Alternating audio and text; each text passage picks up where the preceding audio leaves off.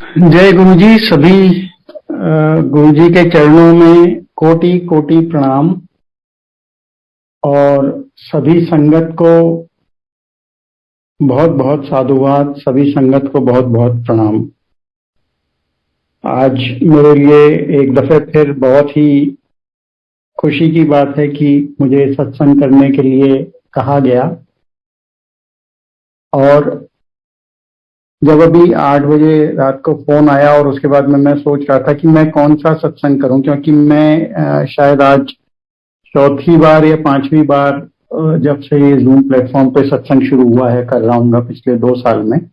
और अमूमन गुरुजी से जुड़े मेरे जितने अनुभव हैं, काफी अनुभव मैं साझा कर चुका हूँ संगत के साथ में। तो मन में एक विचार आ रहा था कि रेपिटिशन ऑफ सत्संग। पर जैसा गुरुजी कहा करते थे कि सत्संग करने वाले का और सत्संग सुनने वाले का दोनों का भला होता है। इसी पे मैं थोड़ा सा फिर विचार कर रहा था किस तरह से शुरू करूं या क्या करूं। तो दो चार विचार जो मेरे दिमाग में आए। पहला ये कि सत्संग जब ऐसी संगत के कानों में पड़ता है जो इस पथ पर, गुरुजी के पथ पर अपनी यात्रा नई शुरू कर रहे हैं, तो वो उनकी श्रद्धा को, उनके विश्वास को सुदृढ़ करने में सहायक होता है।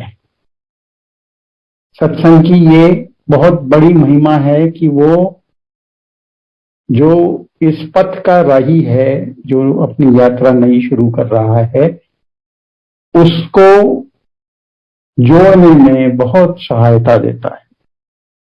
वही सत्संग जब कुछ समय बाद में कहने वाला दोबारा कहता है और सुनने वाला दोबारा सुनता है, तो जिसे हम कहते हैं भगवान का जो कथामृत है या जो चरितामृत है, जो हमारे पुरातन धार्मिक परंपराओं में, भले ही वो आप कथाओं के रूप में कहिए या पुराणों के रूप में कहिए, वो कथामृत का, वो भगवान के चरितामृत का जो आनंद है, वो अपने आप में जब आपकी श्रद्धा सुगढ़ हो गई है तो वो आनंद दायक होता है।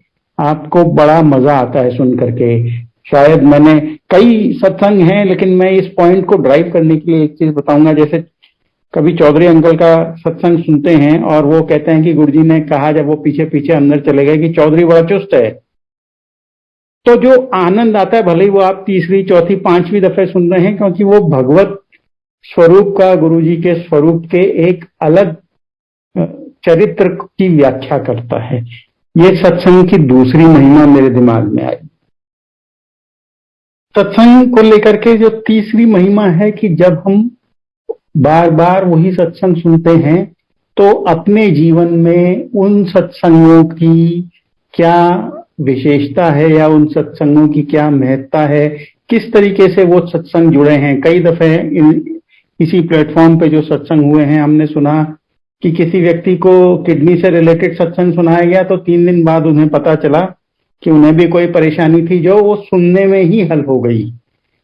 तो जो तीसरी महिमा सत्संग की मेरे विचार में है, वो ये है कि हम गुरु की जो कृपा है उसकी अनुभूति करते हैं, हमें उसका एहसास होता है, और हमारा हृदय, हमारा तन मन जो है वो गुरु को शुक्राना करता है।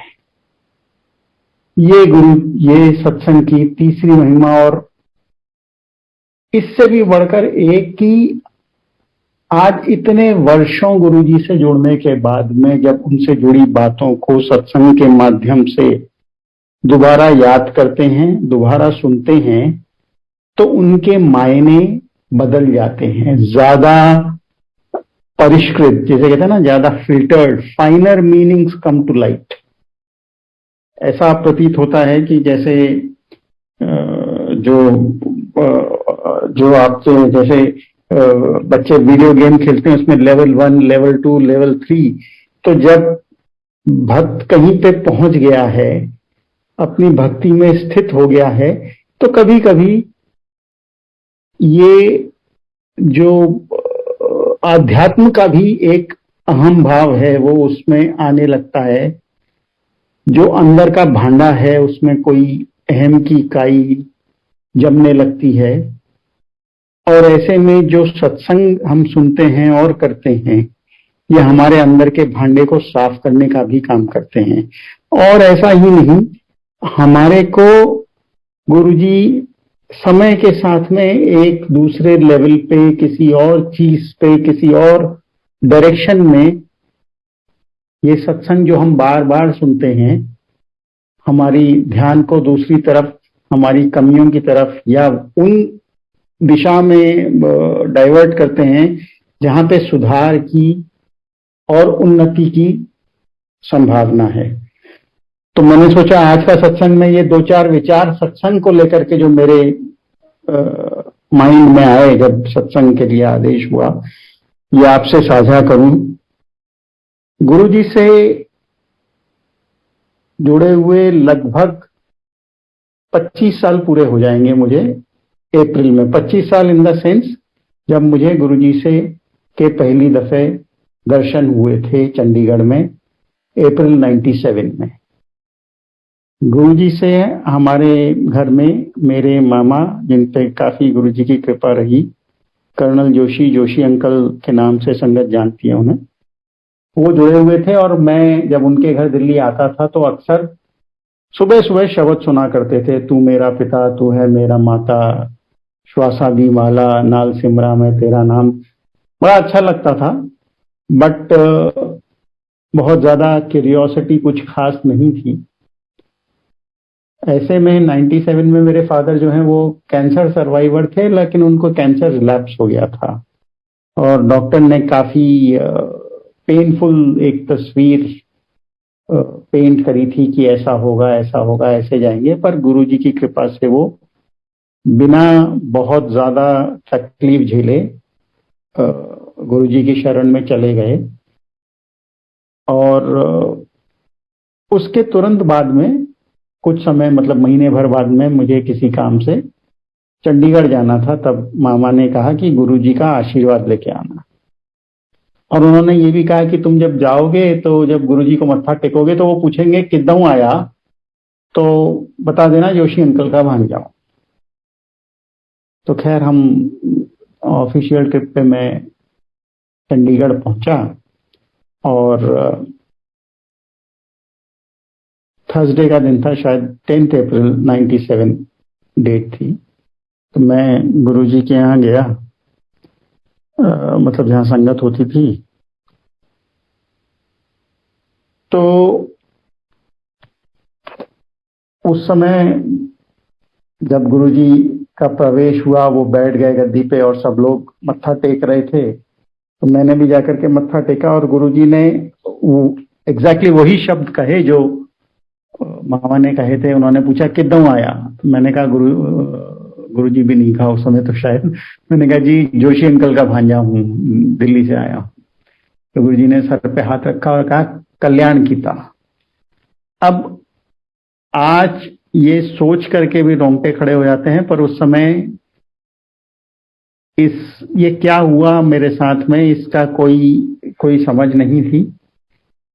और मैं वापस पीछे आके बैठ गया। मैं चाय नहीं पीता था, कई दफे चाय प्रसाद आया, मुझे कहा गया, लेकिन मैंने बिल्कुल मना कर दिया। और फिर मैं उठ के जाने लगा तो वहां पे एक सेवादार ने कहा कि लंगर करके जाना है। पर ना मुझे चाय प्रसाद का पता था, ना मुझे लंगर प्रसाद की महिमा का पता था। मैंने हाँ हाँ किया, लेकिन मैं चुपचाप निकल गया। और उसके बाद लगभग 2 साल तक मैं जयपुर में उसके बाद देखिए कल्याण कीता जो गुरुजी ने कहा था वो कितना इंस्टेंट कल्याण था। हालांकि मुझे समझने में बड़ा समय लगा। मैं उस समय एक प्राइवेट जॉब में था और मैंने एक और कंपनी का इंटरव्यू दे रखा था जहां पे मैं जाना चाहता था, ज्वाइन करना चाहता था, बट उसका कुछ अता पता चल नहीं रहा था। उस समय जो इंटरव्यू लेटर वगैरह था वो सब मिसप्लेस हो गया था। तो मैं 14 अप्रैल की सुबह दिल्ली में जब मैं पहुंचा तो ऐसे ही सुबह मामी से बात करते करते ये हो रहा था कि अरे ये नौकरी में मजा नहीं आ रहा, दूसरी में दिया हुआ था इंटरव्यू, वहां लग जाती ये वो। तो उन्होंने कहा कि फोन करके पता कर लो कि क्या हुआ इंटरव्यू का। मैंने कहा पता कैसे कर लूं, वो जो इंटरव्यू लेटर था जिसमें वो इंटरव्यूइंग ऑफिस के फोन नंबर्स थे और मेरा जो रेफरेंस आईडी था, वो सब तो मुझे मिल ही नहीं रहा, मैं तो 1 डेढ़ महीने से ढूंढ रहा हूँ। खैर उन्होंने कहा अच्छा मिल जाएगा ये वो। बट जैसे ही मैंने उस दिन अपना ब्रीफकेस खोला, जो कागज में बहुत समय से ढूंढ रहा था और मुझे नहीं मिल रहा था, वो ऐसे सामने रखा हुआ था जैसे मैंने कल शाम को ही रखा हो। और मैंने तुरंत उस ऑफिस में फोन किया और उन्होंने कहा हाँ जी, हमने 10 मिनट पहले क्लोज किए हैं ये इंटरव्यू, मतलब जो रिजल्ट्स हैं, तो आपका नाम बताओ, नंबर बताओ, हम आपको अभी कंफर्म करते हैं। मैंने नाम बताया, नंबर बताया, उन्होंने कहा हाँ जी आपका सिलेक्शन हो गया है, आपको 15 मई को ज्वाइन करना है। और मेरी एग्जिस्टिंग नौकरी में मेरा जो नोटिस पीरियड था वो 30 दिन था। तो आप ये देखिए कि 14 मई को मैं एक कंपनी से रिलीव हुआ और 15 मई को दूसरी कंपनी में ज्वाइन किया। और गुरुजी ने 2 दिन पहले आशीर्वाद में कहा था कल्याण कीता। पर जैसे कहते हैं कि हम अपने आप में बड़े सिनिकल होते हैं, तो ये जो डायरेक्ट कल्याण था ये उस समय जो है ना समझ में नहीं आया था, दिख नहीं रहा था। 2 साल तक मैं उसके बाद में दिल्ली आता रहा, गुरुजी भी दिल्ली एम्पायर स्टेट आ गए थे। 1-2 दफे जाने के अलावा मैं गुरुजी के मंदिर नहीं गया 2 साल तक। मामा मामी और बाकी सब लोग घर के जाते थे और मैं कोई ना कोई बहाना मार करके घर में रह जाता था, कभी पिक्चर देखने चला जाता था, कभी कुछ। 2 साल तक 97 to 99 मैं आया बहुत दफे, लेकिन गुरुजी के दर्शन शायद 1 आध दफे ही करने गया एम्पायर स्टेट में। इस बीच में फादर की डेथ के बाद में जो मेरे मदर को, और इस बीच में हुआ ये कि मेरी मदर और मेरी सिस्टर जो हैं वो तुरंत गुरुजी से जुड़ गए और बड़े अच्छे से जुड़ गए। अब मेरी मदर और मैं जो है थोड़े चिंतित थे सिस्टर की शादी को लेकर के, और काफी प्रयासों के बावजूद ये कुछ बात कहीं पे बन नहीं रही थी। तो ऐसे में एक दिन अचानक जयपुर में हमारा फोन बजा रात को और उन्होंने कहा जी हमारे पास में आपकी बेटी का जो है वो चिन्ह और फोटो आई है कहीं से, तो हमें तो रिश्ता मंजूर है, आप बताइए। अब ना हमें उनका बारे में कुछ पता, ना लड़के के बारे में कुछ पता। और जिसे कहते हैं ना कि कभी कभी गुरुजी कुछ भी करवा देते हैं, तो मेरी मदर ने उनसे कह दिया कि आप जो है लड़के की जन्म पत्री और फोटो भेज दीजिए। और वो थोड़े से नाराज भी हो गए कि भाई लड़के की जन्म पत्री और फोटो भी कोई मांगता है। बट एनीवे उन्होंने जो है वो भेज दी। और उस समय मेरी सिस्टर मामा के यहाँ आई हुई थी और गुरुजी के यहाँ ऑलमोस्ट डेली बेसिस पे जाती थी उनके साथ में। तो हमने ये फोटो और ये यहाँ पे भेज दिया। गुरुजी को फोटो दिखाई गई, गुरुजी ने फोटो देख के कहा चंगा मुंडा है। और फिर हमारे को दोबारा मतलब सोचने का कुछ था नहीं। हालांकि मैं अभी श्रद्धा के पथ पर मेरे कदम नहीं पड़े थे, लेकिन मदर वॉज वेरी क्लियर, उनको तो शादी फिक्स भी हो गई और शादी भी बड़ी धूमधाम से हुई। और शादी के हर एक चीज में गुरुजी का जो स्टैंप था, गुरुजी की जो कृपा प्रसाद था, गुरुजी का जो आशीर्वाद था, वो क्लियरली विजिबल था। और गुरुजी कोई डाउट या कोई जैसे कहते हैं ना चांस पे कुछ नहीं छोड़ते हैं। तो मेरी मदर एक स्कूल में प्रिंसिपल थी और जिन आंटी का स्कूल था वो हमारी फैमिली उनकी काफी क्लोज थी। तो उन्होंने कहा कि शादी जो है वो स्कूल के ग्राउंड से ही होएगी। तब तक वो उनका बेटा, उनकी फैमिली भी गुरुजी से जुड़ गई थी मेरी मदर से सुन करके उनके बारे में। और उनका बेटा जो है वो दिल्ली में ही पोस्टेड था और वो भी रेगुलर गुरुजी के यहाँ आने जाने लग गए थे। अब जब शादी उस समय में लेट 90s में जो है ना वो कन्वेंशनल तरीके से वो तंदूर लगना और एक केटरर का इंतजाम करना और वहीं पे सारा किचन लगना उस तरीके से रहती थी। तो शादी के 2 दिन पहले गुरुजी ने आंटी को दर्शन दिए सपने में और उनको इंस्ट्रक्ट किया, भाई तंदूर इस जगह की जगह इस जगह पे लगेगा। तो मेरी मदर ने अगले दिन सुबह कहा कि आंटी को गुरुजी के दर्शन हुए, उन्होंने तंदूर यहाँ की जगह यहाँ लगाने को कहा। अभी जैसा मैंने बताया, तब तक गुरुजी की को लेकर के मैं इतना मतलब भक्ति मेरी वो शुरू नहीं हुई थी। तो मैंने ऑफ हैंडेडली कह दिया कि ठीक है, यहाँ लगाओ वहां लगाओ, क्या फर्क पड़ता है, कहीं भी लगा लीजिए।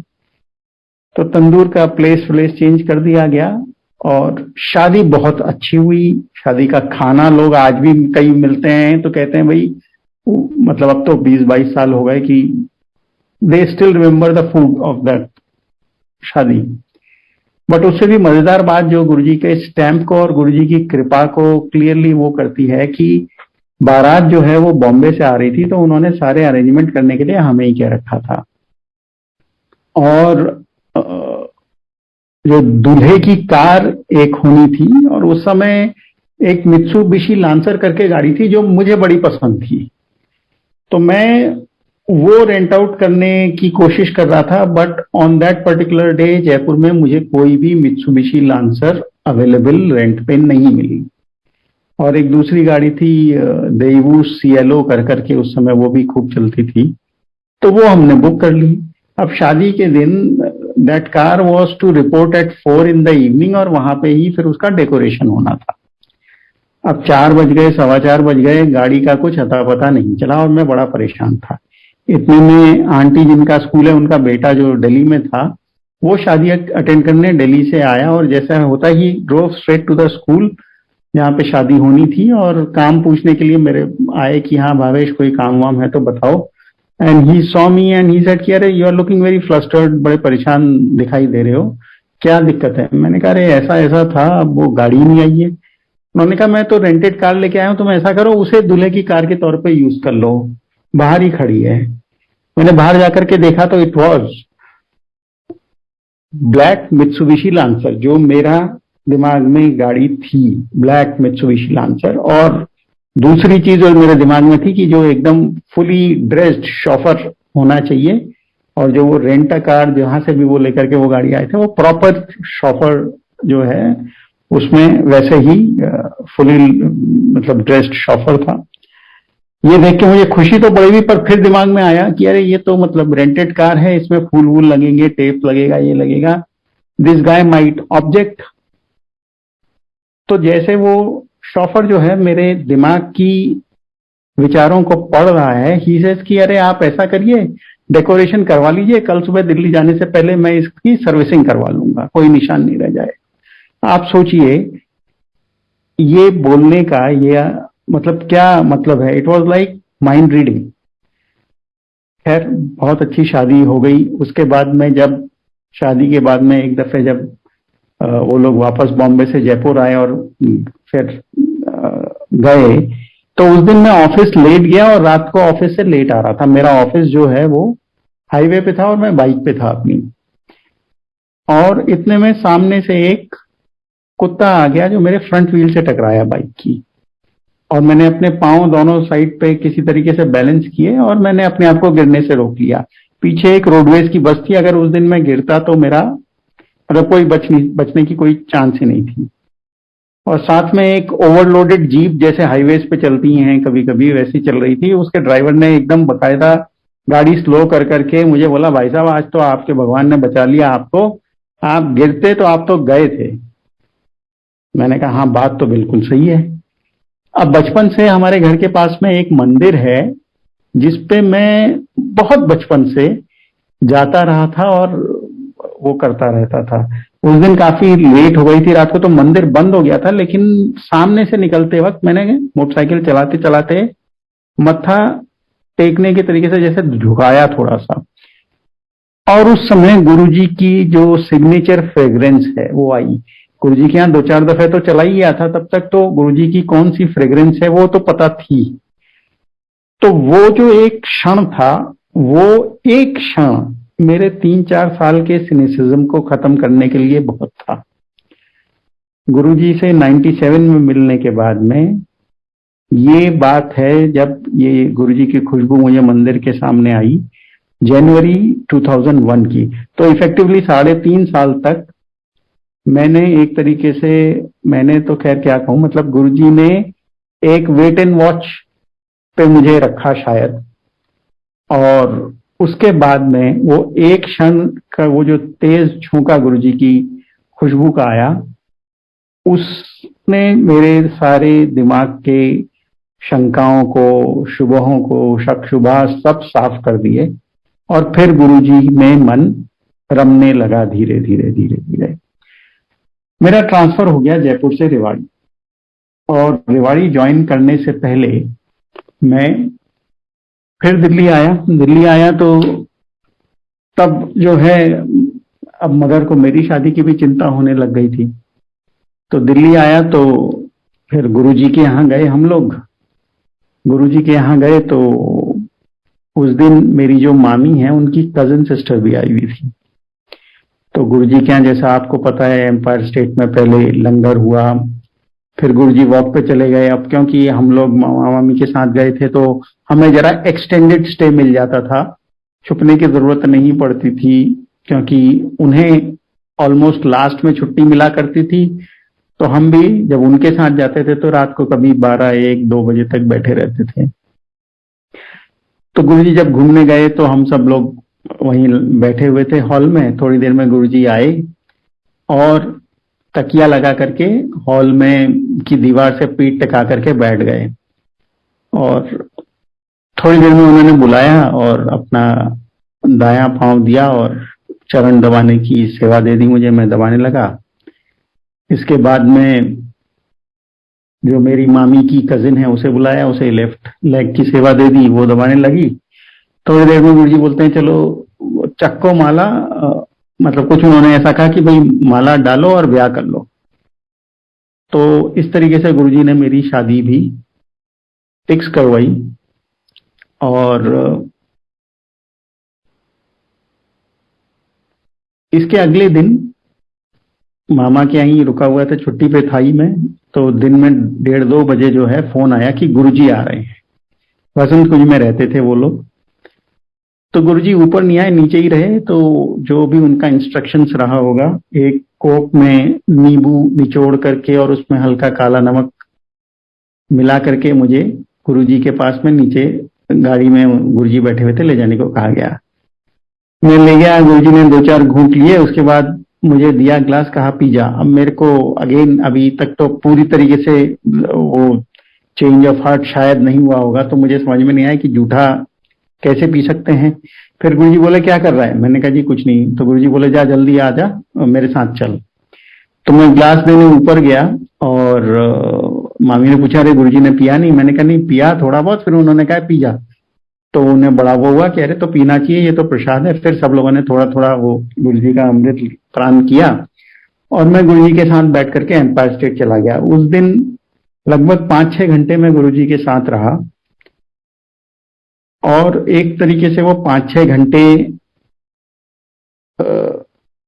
एक तरीके से साफ है इन द सेंस कि कुछ कुछ मेमोरीज हैं स्नैपशॉट्स टाइप में, या जैसे कहते हैं ना छोटी छोटी वीडियो क्लिपिंग टाइप में। तो गुरुजी ने मुझे उस दिन बहुत कृपा करी, मुझे पांव दबाने का बहुत अवसर दिया। बहुत देर तक मैं उनके पांव दबाता रहा, या जो भी सेवा उन्होंने कही वो करता रहा। और एक चीज मुझे बड़ी डिस्टिंक्टली याद है, वो ये है कि जो द टच ऑफ गुरुजी, वो बहुत ही जेंटल, बहुत ही शीतल, बहुत ही मतलब बेबी सॉफ्ट और ठंडा, मतलब आत्मिक शीतलता देने वाला उनका टच था।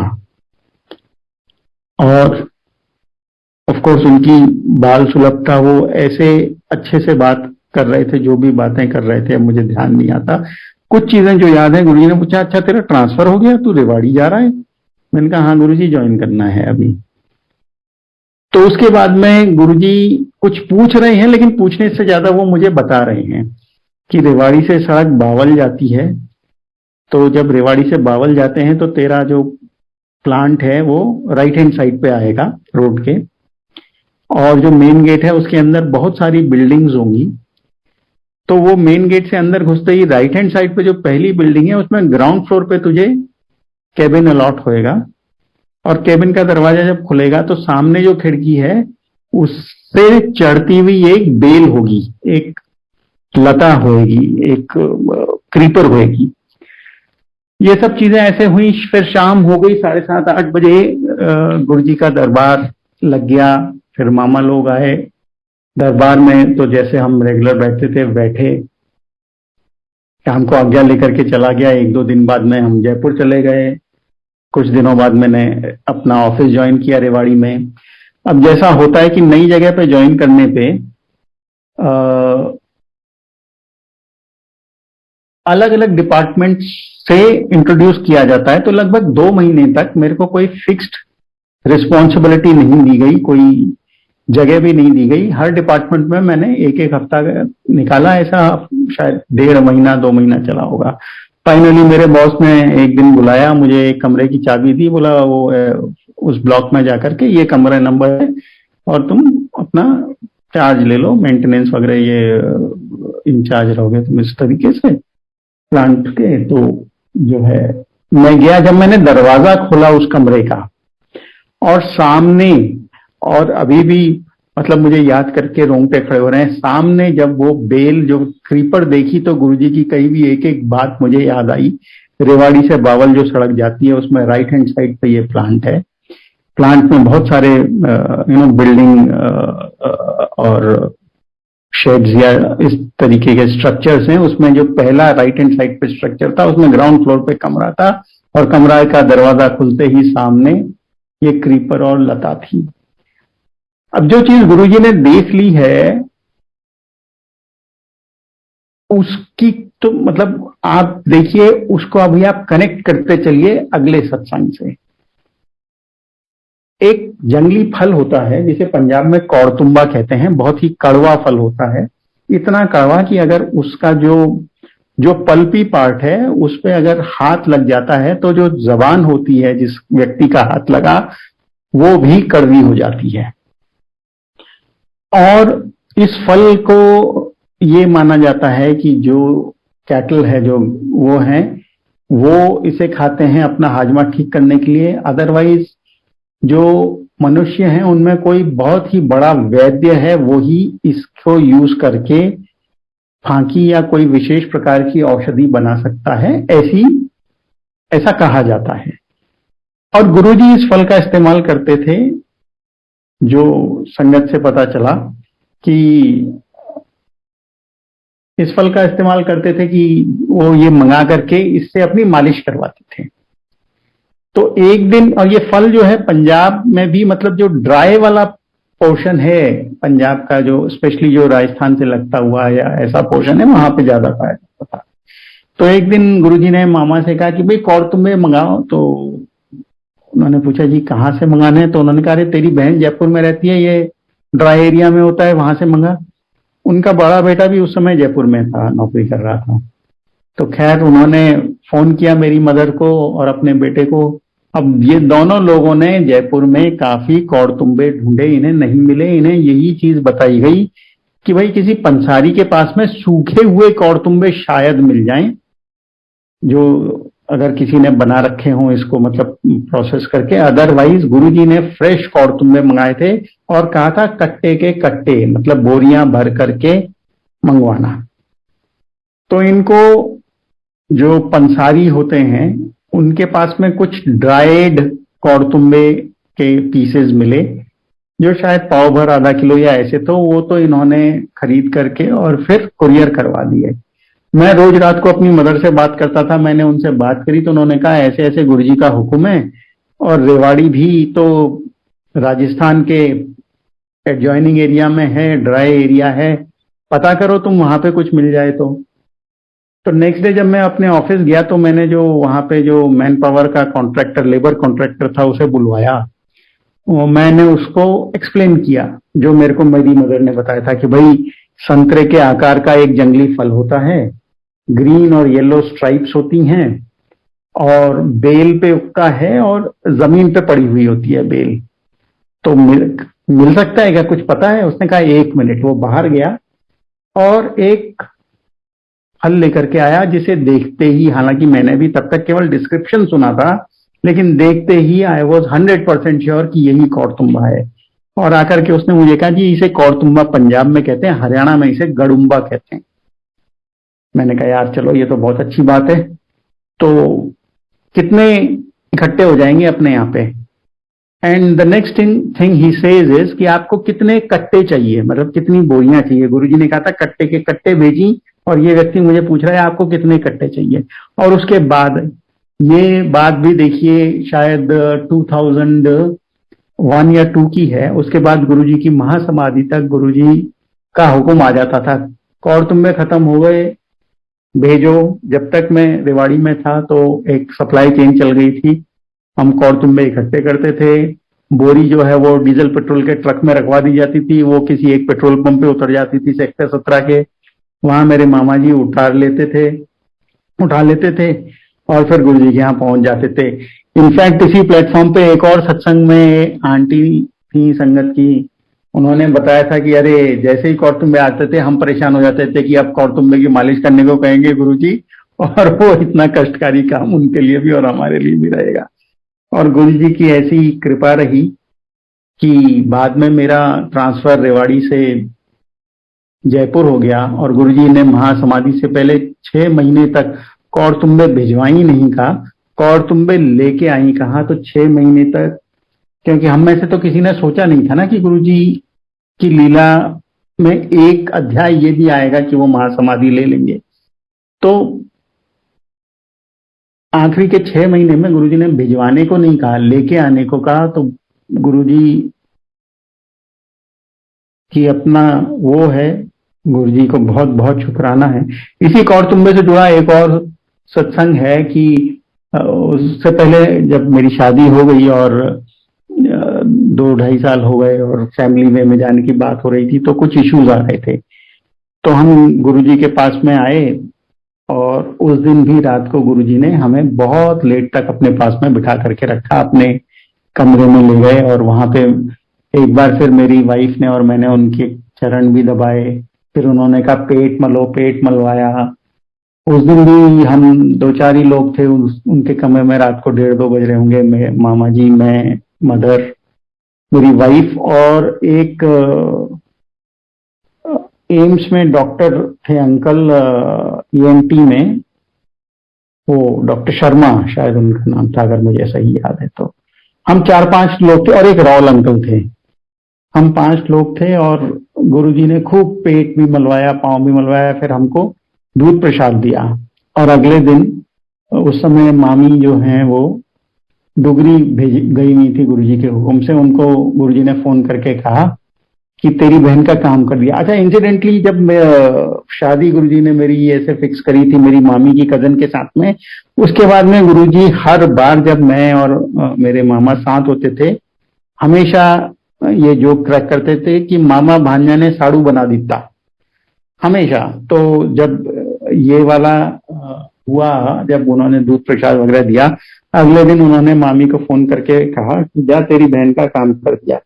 और गुरुजी के वो एक शब्द में भी आता है ना, गुरु का शब्द न मेटे कोई। तो 10-15 दिन बाद में टेस्ट पॉजिटिव आ गया और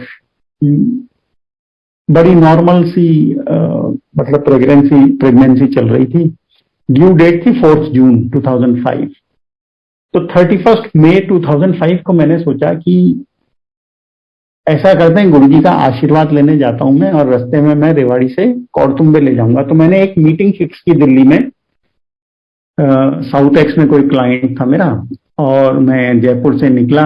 वाइफ को मैं कह के निकला कि मैं तो जाऊंगा, मीटिंग आधे घंटे की, फिर गुरुजी के यहाँ कौड़तुम्बे देऊंगा, और शाम को 8 बजे तक I will be back in Jaipur, और घर पे ही खाना खाऊंगा। तो मैं रेवाड़ी गया, रेवाड़ी से कौड़तुम्बे लिए, मीटिंग करी। शाम को मैं लगभग मेरे ख्याल से 3 बजे के आसपास में मैं एम्पायर स्टेट पहुंच गया। ट्यूसडे का दिन था, 31 मई 2005, और नॉन संगत डे था। तो मैंने, जैसे कहते हैं ना, I did not push my luck कि मेरे को गुरुजी से मिलना है। वो सुदाम भैया बाहर ही दिख गए। मैंने सुदाम भैया से कहा कि अरे ये कौड़तुम्बे लाया था, आप गुरु जी को दे देना। तो उन्होंने कहा 1 मिनट रुको, मैं बता देता हूँ। तो इससे पहले वो कुछ बताने के लिए मुड़ते भी कि गुरु जी अंदर से बाहर आ गए। हाँ भाई क्यों आया ऐसा करके, मैंने कहा जी गुरु जी कौड़तुम्बे लाया था। तो गुरु जी बोलता है अच्छा तू तो मीटिंग करने आया था, कौड़तुम्बे लेके थोड़ी आया था। तो अब आप सोचिए मीटिंग की बात किसको कहाँ पता, मेरे तो किसी से इस बारे में कोई चर्चा नहीं हुई। तो गुरु जी को सब पता है, वो सर्व ज्ञाता है वो। फिर उन्होंने कहा कि अच्छा ऐसा कर, इसमें से 9 अच्छे मोटे ताजे कौड़तुम्बे निकाल। और सुदाम भैया से कहा कि ये खरल जो होता है ना, जिसमें कोई मसाला कूटते हैं या वो करते हैं, कि वो खरल दे दो। और मुझे कहा कि इसकी चटनी बनाओ। अब मैं बड़ा ही टेंटेटिवली ना उससे, वो जो मूसल जो भी होता है उससे बड़ा धीरे ठक ठक करने लगा, और गुरु जी खूब जोर से हंसे। और सुदाम भैया से कहते हैं इससे नहीं होगा, तू बना। फिर अच्छा मेरे साथ में मेरे एक कलीग भी थे, वो गाड़ी में ही बैठे थे। मैंने गुरु जी से पूछा कि गुरु जी मेरे एक कलीग भी हैं, उन्हें बुला दूं क्या 1 मिनट, वो भी आशीर्वाद ले लें। गुरु जी ने कहा नहीं, अभी तुम्हें जयपुर नहीं जाना है, वापस जाओ बड़े मंदिर और वहां पे सत्संग करो, और वहां से 6 बजे से पहले नहीं निकलना है। तो जो गुरुजी का हुक्म, मैंने अपने कलीग को बताया भाई ऐसा है, तो अब हम वापस मंदिर जाएंगे। तो हम बड़े मंदिर गए। वहां पे उस दिन हमें एक सिंगला अंकल मिले और एक आध अंकल और थे, मुझे याद नहीं। वहां पे हमने चाय प्रसाद लिया और जैसी आज्ञा थी शाम को 6 सवा 6 बजे तक सत्संग किया। फिर निकले रात को, क्योंकि एकदम पीक ट्रैफिक में निकल रहे थे, तो जयपुर पहुंचते पहुंचते मुझे 12-1 बज गए। तो वाइफ को मैंने उठाया, मैंने कहा देखो गुरुजी ने ना 9 कौड़तुम्बे निकलवाए थे, तो गुरुजी ने हमें बेटी दी है, तुम देख लेना। तो गुरुजी के आशीर्वाद से हमारे को बेटी हुई 7 दिन बाद में, 7 जून को। उसका नाम भी गुरुजी ने रखा बाद में। अच्छा ऐसा नहीं है, जैसा मैंने कहा ना गुरुजी खूब हंसते भी थे और खूब वो भी करते थे। एक कॉन्सेप्ट है हमारा रसिक बैरागी। तो गुरुजी जो है वो रसिक बैरागी, मतलब अब मैं क्या उनकी उनकी व्याख्या कर सकता हूं, बट कभी सोचता हूं तो मुझे याद है जब मैं अपनी शादी का कार्ड देने गया, तो गुरुजी अगेन वो जो किचन के पास में जो साइड बोर्ड है उससे पीठ टिका के बैठे हुए थे। व्हाइट कलर का चूड़ीदार पजामा उन्होंने पहन रखा था, ग्रीन कलर का कुर्ता, और जैसे शादियों में बाराती सर पे साफा पहनते हैं, पिंक कलर का साफा पहना हुआ था। अब दिन का टाइम था, दिन में घर के अंदर ये अटायर पहने हुए होने का कोई मतलब नहीं था, पर शायद उन्हें विदित था कि मैं शादी का कार्ड देने आ रहा हूं या जो भी है। और उस समय हिंदी फिल्मों के गाने चल रहे थे, मोहम्मद रफी के। और गाना कौन सा था, एक अमिताभ बच्चन की पिक्चर है जंजीर, उसमें गाना है जवानी में जवानी के इशारे हों जवां, दीवाने हैं दीवानों का ना घर चाहिए न दर चाहिए, मोहब्बत भरी एक नजर चाहिए। तो जब ये लाइन आई मोहब्बत भरी एक नजर चाहिए, तो गुरुजी मेरी तरफ देख करके आंख से इशारा करते हैं, बड़ा नोटी सा। तो गुरुजी जो है, तू है मेरा माता, तू है मेरा पिता, तू ही बंधु तू ही सखा, वही है गुरुजी। सब कुछ है, हमारे कण कण में व्याप्त हैं। क्या कहा जाए उनके लिए, उनकी उनकी महिमा का गुणगान करते जुबान थकती नहीं है। गुरुजी की महासमाधि के बाद भी, मतलब एक समय पे तो ये हुआ ना कि भाई गुरुजी ने चोला छोड़ दिया, या अगर उस समय के विचार से सोचें तो उस समय तो यही आता ना, अरे गुरुजी की डेथ होगी। Death is a very very human this thing, description of this. चोला छोड़ना इज मोर अप्रोप्रिएट, लेकिन उस समय पे तो यही आया ना, क्योंकि गुरुजी को एटलीस्ट हमने भगवान या महाशिव ये समझने में बहुत समय लग गया। उस समय तो हम महापुरुष सिद्ध पुरुष ज्यादा मानते थे। तो जब गुरुजी ने महासमाधि ले ली, और जैसा नॉर्मली होता है फैमिलीज में, तो सेकंड चाइल्ड के लिए हमारे ऊपर भी काफी प्रेशर था। और 2009 में मेरी वाइफ अब की बार बिना किसी मेडिकल सपोर्ट के जो है प्रेग्नेंट हुई और फिर मिसकैरेज हो गया।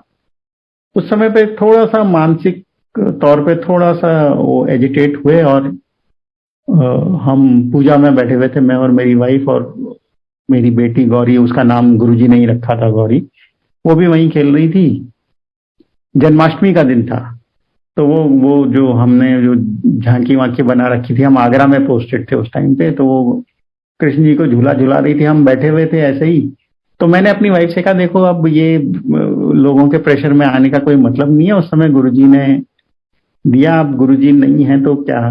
तो उसने बड़े कन्विक्शन से कहा कि तुम्हारा क्या मतलब है गुरुजी नहीं है, गुरुजी तो अब भी हैं और गुरुजी चाहेंगे तो एक क्या दो देंगे। अब उसके बाद में हुआ ये कि 6 महीने बाद में again she was in the family वे।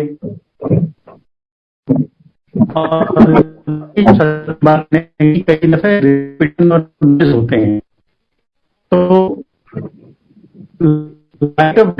में आता है एक उनका सत्संग है कि कैसे उनको एमबीए में सिलेक्शन हो गया और उस समय पे 7-8 साल बाद गुरुजी ने उनको संतान बख्शी। सेम हुआ, मेरा भी एमबीए में सिलेक्शन हो गया और उसी समय पता चला कि वाइफ फिर से फैमिली वे में है। और क्योंकि आगरा में हमारा कोई फैमिली बेस नहीं था, तो मैंने ये डिसाइड किया कि मैं वाइफ को और डॉटर को जयपुर शिफ्ट कर दूंगा मदर के पास में, और फिर मैं एमबीए ज्वाइन करने चला जाऊंगा। तो जो गायनोकोलॉजिस्ट थी उसने कहा हाँ ठीक है, ट्रैवल में कोई इश्यू नहीं है, लेकिन जब आप शिफ्ट करेंगे उससे 2 दिन पहले एक दफे और चेकअप करा लीजिएगा। तो जब हम शिफ्टिंग के 2 दिन पहले चेकअप कराने गए और उसने अल्ट्रासाउंड किया, तो वो बाहर आके कहती है कि ये तो ट्विन प्रेगनेंसी है। तो गुरुजी की कृपा जो है वो उनकी फिजिकल प्रेजेंस से बंधी हुई नहीं है। जब मेरी वाइफ ने कहा था कि गुरुजी थे नहीं, गुरुजी हैं और वो चाहेंगे तो एक नहीं दो देंगे, तो वो चीज जो है वो अक्षराक्ष सिद्ध हुई। मुझे जुड़वा बेटे हुए उसके बाद में। और बहुत जरूरी ये है, हम क्या कर सकते हैं, गुरुजी की जो इतनी कृपा है, गुरुजी का जो इतना ग्रेस है हमारे ऊपर। गुरुजी बहुत प्रवचन तो कहते नहीं थे, जो कभी आपसे कह दिया, कभी किसी मुझसे कह दिया, कभी किसी और से कह दिया, उसी के आधार पे जो कुछ चीजें गुरुजी ने कही, अहंकार नहीं करने की बात, निंदा नहीं करने की बात बहुत मुश्किल है। देखिए इतना समय गुरुजी से जुड़े होने के बावजूद ये जो वृत्तियां हैं, वो जो बुद्धि का अहंकार है, जो बुद्धि के विकार हैं, ये आसान नहीं है, ये बार बार लौट के आते हैं। और ऐसे में ही फिर जब सत्संग सुनते हैं या दोबारा सत्संग करते हैं, तो उनकी कही हुई या उनके बारे में सुनी हुई चीजें ही दोबारा जो हैं वो हमारे को दोबारा डायरेक्ट करती हैं स्व सुधार की तरफ में, अपने आप को गुरुजी के वर्दी बनाने की तरफ में। हम अपने अंदर को किस तरीके से साफ कर सकते हैं, हम अपने अहंकार को कैसे उनके चरणों में उसका त्याग कर सकते हैं, अपने बुद्धि के विकारों का, अपने बुद्धि के अहंकार का। ये बड़ी मुश्किल चीज है। देखिए अहंकार को हम लोग जो है जनरली एसोसिएट करते हैं पैसे के अहंकार से, ऐसा नहीं है। बहुत तरीके की चीजें होती हैं किसी को अपने रूप का भी हो सकता है, किसी को अपने ईमानदारी का भी हो सकता है, किसी को अपने चरित्र का भी हो सकता है। तो गुरुजी के साथ इस जर्नी में जैसे जैसे हम आगे बढ़ते हैं, ये जो फाइनर कर्टेन्स हैं हमारे सोल और हमारे वर्ल्डली प्रोजेक्शन के बीच में, गुरुजी धीरे धीरे ये curtain, they make these curtains visible to us and he makes us he helps us in drawing apart these curtains. तो गुरुजी के साथ जो जर्नी है वो पूरी किसी की भी नहीं हुई है। कोई व्यक्ति 50 साल से गुरुजी को जानता हो, कोई 5 साल से जानता हो, ये this is always a work in progress kind of a journey. As we get more and more involved in listening to Guruji, in understanding what he wanted us to be. जैसे जैसे हम समझने लगते हैं कि गुरुजी क्या हमसे क्या चाहते थे, वो हमसे चाहते थे किसी अपनी चीज के लिए नहीं, हमारे ही उत्थान के लिए, हमारे ही उद्धार के लिए, वैसे वैसे ये सत्संग जो हम सुनते और करते हैं, इनके फाइनर मीनिंग्स हमारे को समझ में आने लगते हैं। कोई शब्द हम सुनते हैं, उसकी कोई एक लाइन जो है कभी वो जिसे कहते हैं ना चोट कर जाती है, या वो अंदर तक आपको झकझोर जाती है। और ऐसा नहीं है कि गुरुजी की शरण में आने के बाद में सारे दुख संकट खत्म हो जाते हैं, नहीं, पर गुरुजी हमारे को एक उनको झेलने की शक्ति देते हैं। दूसरा, जिसे कहते थे सूली को शूल बना करके निकाल देते हैं। और सबसे बड़ी चीज की ये जो संकट जो भी थोड़े बहुत सामने आते हैं, इनसे इनके थ्रू हमारे जो कर्म है वो काट करके हमारे जैसे कहते हैं ना भगवान की राह में हमारे जो कर्म है उन्हें काटते हैं। गुरुजी के साथ में ऐसे ही एक और, अब जैसे बात करें तो गुरुजी की महासमाधि के बाद में एक दफा मेरी पोस्टिंग अहमदाबाद में थी, तो अहमदाबाद में एक संगत से और हमारी मुलाकात हुई और हम लोग फिर वहां पे सत्संग का शुरू हुआ और फिर सत्संग का दायरा बढ़ने लगा। तो एक दफे उन अंकल का ऑपरेशन होना था। ये सत्संग भी मैं पहले का चाहूंगा, इसलिए शॉर्ट में ही सुनाऊंगा, अभी अब समय भी होने वाला है। तो उनका ऑपरेशन होना था, गॉल ब्लैडर उनका रिमूव होना था, और उनकी मदर इन लॉ भी काफी जुड़ी हुई हैं गुरुजी से, तो वो दिल्ली से वहां पे आ गई। और वहां का एक जाना माना हॉस्पिटल है शेल्बी, वहां पे ये ऑपरेशन होना था। तो मैं और वाइफ भी चले गए कि कोई मदद चाहिए हो, कुछ हो कर करके। तो गुरुजी को जब वो अंकल को अंदर ऑपरेशन के लिए ले जा रहे थे, तो प्री ऑपरेटिंग रूम में उन्हें रखा। हम लोग बाहर जो वेटिंग वाला एरिया था वहां बैठे हुए थे। इतनी देर में एक शब्द बड़े जोर जोर से चलने लग गया। एक वो जो भजन है, गुरु मेरी पूजा, गुरु भगवंत गुरु मेरा पार ब्रह्म गुरु गोविंद गुरु भगवंत कर करके जो एक वो है। और मेरे को थोड़ा सा ये लगता है कि भाई पब्लिक प्लेस है, हॉस्पिटल है, यहाँ पे दूसरे लोग डिस्टर्ब होंगे, तो ऐसे इतनी जोर से नहीं चलाना चाहिए। और मैं सोच रहा हूँ कि उनकी मदर इन लॉ ने चला रखा है। 2 मिनट बाद में वो आंटी मुझसे पूछती हैं कि ये शब्द आपने लगा रखा है क्या? और मैं कहता हूँ नहीं। और हम आपस में दोनों तीनों लोग, मैं, मेरी वाइफ, अंकल की वाइफ, अंकल की मदर इन लॉ, एक दूसरे को देखें कि शब्द तो हम में से किसी ने भी नहीं लगा रखा। तो वहां पे फिर हमें देखते हैं एक बड़े ही लंबे चौड़े से व्यक्ति बैठे हैं। वो बड़े संकोच से कहते हैं कि अरे ये तो मैंने लगा रखा है, और बड़ा पुराना सा एक छोटा सा मोबाइल लगा कि अगर आपको दिक्कत हो तो मैं बंद कर दूं। हम बड़े खुश हुए, हमने कहा नहीं जी, बिल्कुल बंद करने की जरूरत नहीं। आप समझने की बात यह है कि आप ये देखिए, अहमदाबाद का जिस हॉस्पिटल का मैं नाम ले रहा हूँ, बड़ा अप मार्केट वाला हॉस्पिटल है। वहां पे या तो आपको लोग गुजराती में first will be you'll here Gujarati, अगर गुजराती नहीं है तो इंग्लिश, इंग्लिश नहीं तो हिंदी, पंजाबी सुनने का तो संभावना ही नहीं है। तो गुरुजी ने अपनी उपस्थिति वहां पे बताई हम लोगों को। और ऑपरेशन के बाद में जब अंकल होश में आए तो उन्होंने सबसे पहली चीज अपनी वाइफ और अपनी मदर इन लॉ से कही कि यार तुम लोगों ने इतनी जोर से शब्द लगा रखा था, अंदर तक आवाज आ रही थी, किसी ने ऑब्जेक्ट नहीं किया। तो सब हंसे। और उनको जब किस्सा सुनाया गया तो जो गुरुजी हैं, ये इनका आशीर्वाद, इनकी कृपा हम सबके साथ हमेशा है। इस पे कभी भी शंका या इस पे कभी भी क्वेश्चन या इस पे कभी भी संदेह की संभावना ही नहीं है। एक शब्द में आता है निर्भव होए भजो भगवाना। तो वही स्थिति है कि गुरु में हमारी श्रद्धा कितनी है, ये इस पे डिपेंड करता है कि मतलब अगर हम पूरी तरीके से निर्भय हैं और निरंजन है, किसी के प्रति कलुषित नहीं है। देखिए लाइफ में डे टू डे वर्किंग में आपको अच्छे और बुरे सभी तरीके के काम करने पड़ते हैं, लेकिन जब वो किसी द्वेष भावना से प्रेरित नहीं है और किसी प्रकार का भय नहीं है। क्यों? क्योंकि हमें पता है कि हमारे साथ हमारे गुरु खड़े हैं, तो वो हमारी श्रद्धा की परम पराकाष्ठा है।